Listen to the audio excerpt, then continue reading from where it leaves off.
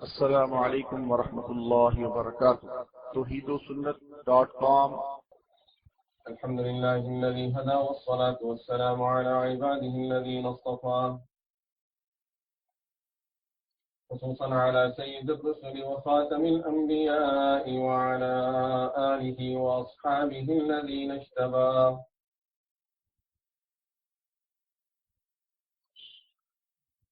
أما بعد فأعوذ بالله من الشيطان الرجيم. بسم الله الرحمن الرحيم. شرع لكم من الدين ما وصى به نوحا والذي أوحينا إليك وما وصينا به إبراهيم وموسى وعيسى أن أقيموا الدين ولا تتفرقوا فيه. كبر على المشركين ما تدعوهم إليه. الله يجتبي إليه من يشاء ويهدي إليه من ينيب. وقال جل وعلا: ولقد كرمنا بني آدم وحملناهم في البر والبحر ورزقناهم من الطيبات وفضلناهم على كثير ممن خلقنا تفضيلا. صدق الله العظيم. In this day and age, when human beings, they look at themselves, there are many people who cannot appreciate being human beings. There are many people who don't care if they were something else or they are a human being. If we tell someone today that thank Allah that He made you a human being, didn't make you a monkey, didn't make you a dog, didn't make you some of those animals. If in reality you talk to that person, you would find out that he really doesn't care and he sees no difference. Okay, so what if I was a dog? So what if I was a monkey? What is it that I'm getting by being a human being?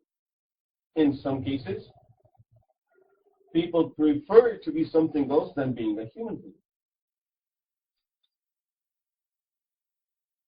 People like to scare others. And they feel if the dog can scare people more than a human being, they'd rather be a dog so that they can scare more people. They like dancing, jumping, and they feel that they'd rather be a monkey that they can jump better than being a human being. They like to show people their strength, their power, and they feel that they'd rather be a lion so that they will be more strong than being a human being. When a human being changes the goals of the life, will never appreciate himself being a human being. And I must remind ourselves of this fact also, that many of our children that are growing up at this time, they really don't know what is it that they are getting by being a human being. We never told them about it, and the only way they would appreciate themselves as human beings and they can really be grateful to Allah subhanahu wa ta'ala for this blessing of His that He made us a human being and not animals, if they would know what really being a human being means. What is humanity? And we won't know what is humanity until we learn that from Muhammadur Rasulullah sallallahu alayhi wa sallam. Rasulullah sallallahu alayhi wa sallam came to this world to teach people what is humanity? How human beings are supposed to live their lives in this world. Not only the ibadah. Normally when we talk about Qur'an, when we talk about Sharia, when we talk about Sunnah, when we talk about Rasulullah sallallahu alayhi wa sallam, the only thing that comes to mind, okay, he will tell us, perform the salah so you will be a better human being. Yes, this is part of it, but this is not everything. We find through the teachings of Rasulullah sallallahu alayhi wa sallam, the people who are willing to kill each other for the minute thing, after learning the lessons of humanity from Muhammadur Rasulullah sallallahu alayhi wa sallam, the very same people were willing to sacrifice their lives to save the lives of others. They were giving up their food, and not only their food, the food of their children, to unknown person, a newcomer in their town, a guest that they don't even know where he came from, what even his name is, and why is he here for. But this is a guest in our town. It's not possible for me that I will eat the food and go to rest, and my guest in this town will be starving and will go to sleep hungry. Allah subhanahu wa ta'ala mentioned their quality of theirs in Qur'an. وَيُؤْثِرُونَ عَلَىٰ أَنفُسِهِمْ وَلَوْ كَانَ بِهِمْ خَصَاصَةٌ. They give others preference over themselves, even if they are starving and they are in desperate need. Unknown person will get it, but they will tell their families, their children, sorry, tonight you don't have it because we have to offer it to this guest. In fact, we find incidents where when human beings learn their lessons from Muhammadur Rasulullah sallallahu alayhi wa sallam and his teachings, and they adopted that way of life that they learned from Rasulullah sallallahu alayhi wa sallam, they would give their food, the only piece of bread that they will have for the whole day. They will not have anything more than this for that day. But they would give it up to a strange dog, because he knows this dog, this type of dog, does not exist in our town. So the dog seems to be a stranger, and he must have traveled long distance to come to this town, and we don't know if he knows where we normally throw the trash in this town to find out where should he get the food from. Let me give him that piece of bread that I have, my food that I have, because I know where to get it tomorrow, but I don't know if the dog will be able to get it tomorrow or not.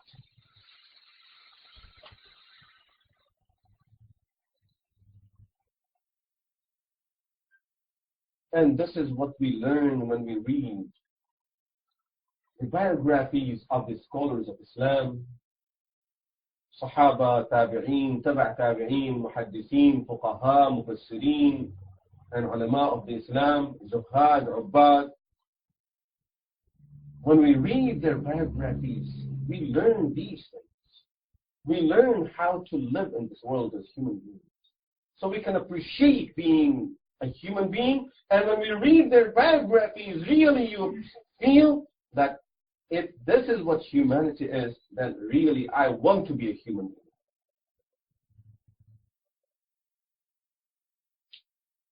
Then I don't accept being anything else if I live in this world. This is what I want to be. But that's only if we know what that life is.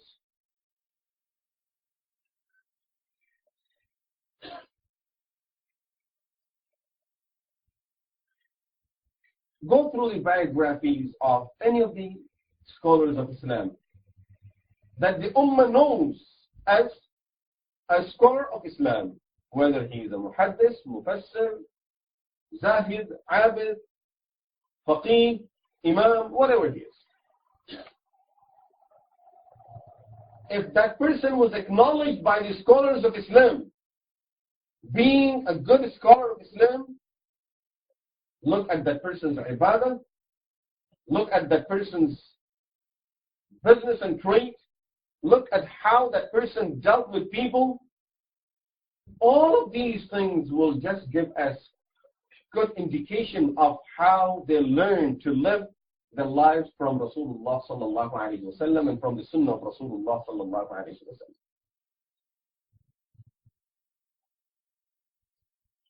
Inshallah, we will learn some of these examples in the life of one of the great Imam, Muhaddis, Faqih, and Abid. One out of the four Imams, and in the sequence of these Imams according to the time that they were in, he was the last of the four Imams, Imam Ahmed ibn Hanbal rahimahullah. The one who is known as Imam Ahl Sunnah. This became his title, the Imam of Ahl Sunnah. Where did he get that title from? Inshallah, we'll talk about it later. As Imam Ahmed is known as Ahmed ibn Hanbal, but I'm sure many of us may not know that his father's name was not Hanbal. Hanbal was his grandfather, his father's name was Muhammad, so his real name is Ahmed bin Muhammad bin Hanbal. But because his grandfather was a very well-known person, and at the same time, people didn't know his father very well, and his father died while Imam Ahmed was young. In fact, just the year he was born, it was the same year that his father passed away. That was the year 164 of the Hijrah. And this would tell us, looking at the year 164 of the Hijrah, which means somewhere around 153 years after Rasulullah sallallahu alaihi wasallam passed away. And this is the last of the four Imams. All three other Imams came before Imam Ahmad bin Hanbal rahimahullah. So in other words, the fiqh, the Islamic laws were documented just around the first 200 years of the Hijrah, after Rasulullah sallallahu alaihi wasallam passed away.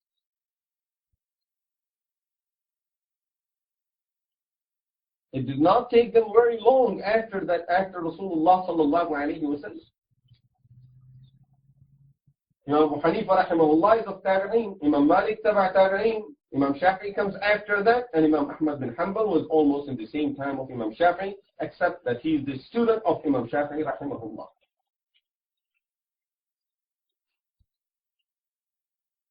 Imam Ahmad bin Hanbal rahimahullah says, I had never seen my father or grandfather. So they both died before Imam Ahmad bin Hanbal rahimahullah was of the age where he could recognize any person. As I said, his father passed away just the same year that he was born. And again, we find another person in the history of Islam that was gifted to this ummah, that was given to this ummah as a great gift by his mother, who prepared him and raised him in such a way that he will become the Imam of Ahl Sunnah wal Jama'ah. His mother, who was almost 25, 26 years old when her husband passed away. She devoted her life towards the raising of her son.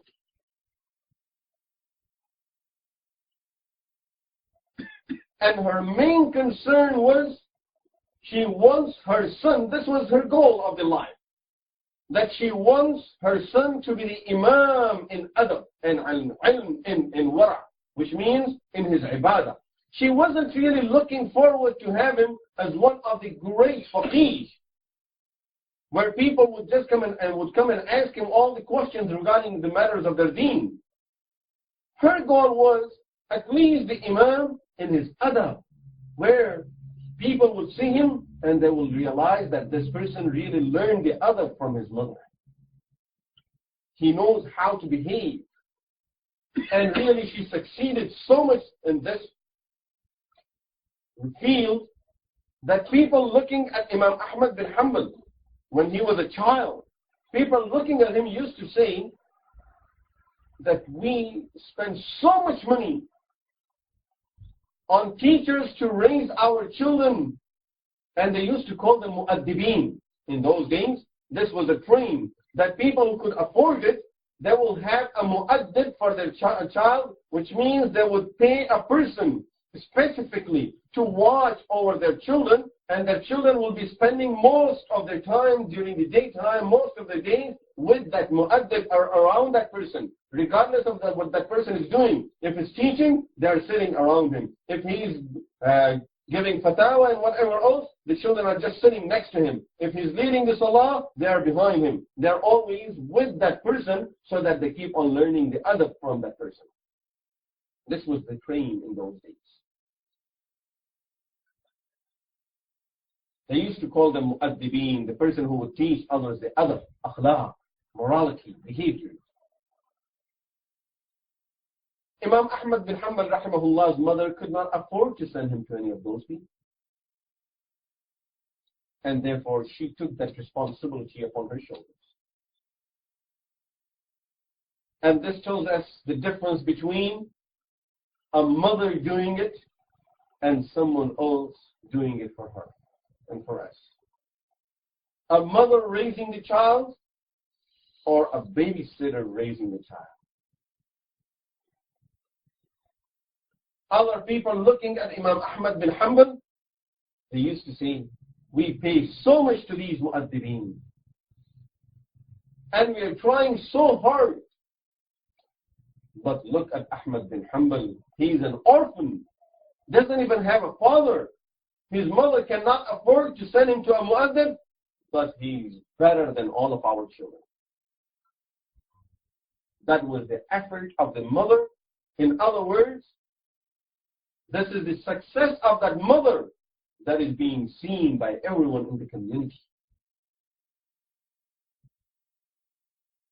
And this mother started raising and kept on raising her son through these adab and akhlaq. She's watching him very carefully at each and every step of his life. Son, this is not a good way of life. Remember, she is not just holding to halal and haram.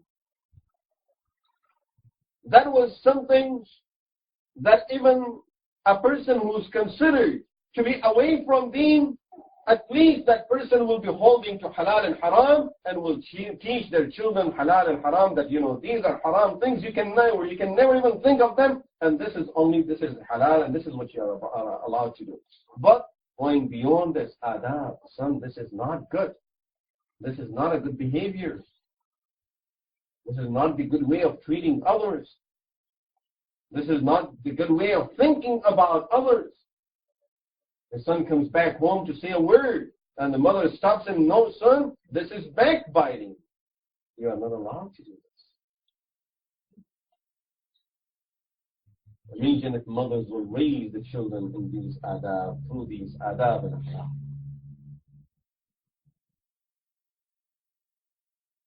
There was a great abid in those days. Whether you call them in those days, in some of the books they call them a Sufiya or Abid or Zuhad, whichever name you call them, there was a great Abid in those days. His name was Ibrahim ibn Shammas, well-known Abid in the history of Islam. He says, when Imam Ahmed was young, I used to see him in those days doing Salat al-Tahajjud. His mother would send him to spend some time around Ibrahim al-Shammas so that he would learn how to spend the night also with this person. He says he was so much used to Tahajjud that I don't think he would ever miss Tahajjud even when he was a child. SubhanAllah.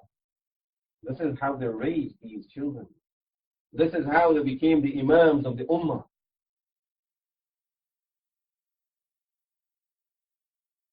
Imam Ahmed bin Hanbal himself says that one of my first teachers was Abu Bakr ibn Ayyash. And anyone who studies books of hadith, You would know Abu Bakr bin Ayyash because he is one of the great muhaddithin in Iraq. Imam Ahmed rahimahullah was born in Baghdad. And in Baghdad, this muhaddis, Abu Bakr bin Ayyash, was considered to be one of the greatest of muhaddithin over there. So he says the class of Abu Bakr bin Ayyash used to stand after Salat al-Fajr in the masjid. Now Imam Ahmed, this young boy, he wakes up at the time of Salat al-Tahajjud, and after finishing Tahajjud, finishes Tahajjud earlier, and he goes to the masjid as soon as the masjid opens, so he can get a place very close to where the teacher would sit. So he would go to the masjid even before everyone is done with Salat al-Tahajjud. He will be at the doors of the masjid. As the masjid opens, the first person to enter the masjid will be this young man, this orphan who's raised by his mother, and the mother will wake him up. If you get late, you will not be able to sit too close to your teacher, and then you will lose a lot of virtues. You will lose a lot of barakah. Go get up, sit next to him, sit as close as possible to him, so you get more attention and more barakah. And every day he wakes up and he is sitting next to his teacher in the class, Abu Bakr ibn Ayyash.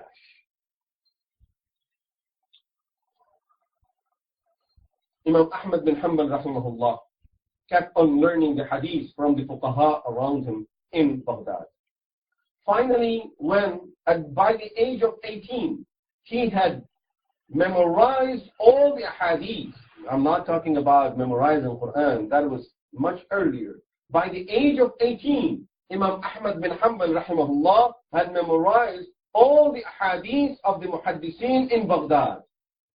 Now, he faces another turn in his life. It was a major turn in his life that he had to take. And that was this mother who sacrificed everything to raise her child, to raise this orphan with these adab and akhlaq, and teach him everything that a Muslim man should know in his life.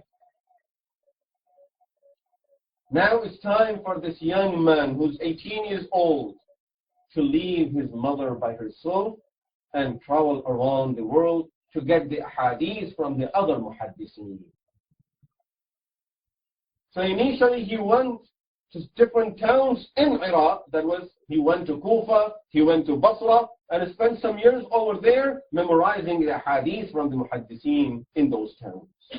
Then he would come back to his home, at least to be able to see the face of his mother. No means of communication in those days. If you write a letter, we'll get there after months, and he cannot afford to send a letter, to buy a piece of paper to send a letter to his mother. Orphan, doesn't have no money. Left his home without carrying a single penny in his pocket. Left his mother at home without leaving a single piece of rice or grain at home. The mother has the tears in her eyes. Son, I know it's difficult for you. I know it will be difficult for him, but for memorizing the hadith of Rasulullah sallallahu alayhi wa sallam, we have to offer this sacrifice. Fi amanillah, son, go and memorize the hadith. After spending 2 years over there, now he has to take another step where he will be going far away from his home. Doesn't know when he would be able to see his mother again. He went to Mecca and Medina initially, then to Yemen, Egypt, and kept on traveling to learn every hadith he can get anywhere in the world. Wherever he hears that there is a muhaddith somewhere in that part of the world, he will go over there to learn the hadith from him. The journey that started at the age of 18, initially he was able to come back and see his mother occasionally. But now, after having going these far distances, This young man who left at the age of 18, he comes back home when he's about 40 years old. He's about 40 years old to come back and congratulate his mother that, ma'am, I memorized the hadith from every muhaddith that I could get to. SubhanAllah. Look at these mothers. When we talk about women in Islam, see what women have given us. The gifts that they have offered to the ummah, not to one person, not to few people, not to a community, to the ummah of Muhammadur Rasulullah sallallahu alayhi wa sallam, to benefit from till the day of judgment. And from there, Imam Ahmed bin Hanbal starts a new life as a teacher now. Inshallah, we will talk about him and about his life as a teacher, his life as an imam in our next sessions. أقول قولي هذا وأستغفر الله لي ولكم ولسائر المسلمين والمسلمات وآخر دعوانا الحمد لله.